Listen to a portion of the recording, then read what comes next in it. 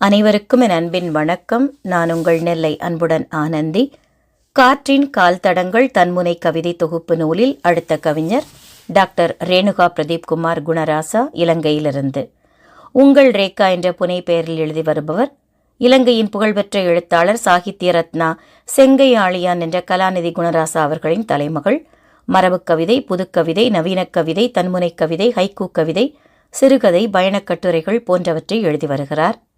காத்திருக்கும் வண்ணமையில் என்ற நூலை வெளியிட்டிருக்கிறார். வீழ்த்தப்பட்டது முடியரசு, உயர்த்தப்பட்டது குடியரசு.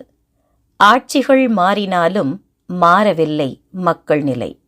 இவருடைய கவிதை தொகுப்பிலிருந்து ஒன்று. முடியரசாக இருந்தால் என்ன, குடியரசாக இருந்தால் என்ன? ஒரு திரைப்பட பாடல் கூட வரும், ராமன் ஆண்டாலும் ராவணன் ஆண்டாலும்ங்கிற மாதிரி. ஆட்சிகள் என்னவோ கை மாறிக்கிட்டே தான் இருக்குது. அதனுடைய அடிப்படையும் மாறிக்கொண்டே இருக்கிறது. மாறாத ஒன்றே ஒன்று இன்று மக்கள் நிலைதான் என்பதை ஒரு சமூக விழிப்புணர்வு கவிதையாக கவிஞர் அவர்கள் எழுதியிருக்கிறார்கள். வாழ்த்துக்கள், நன்றி.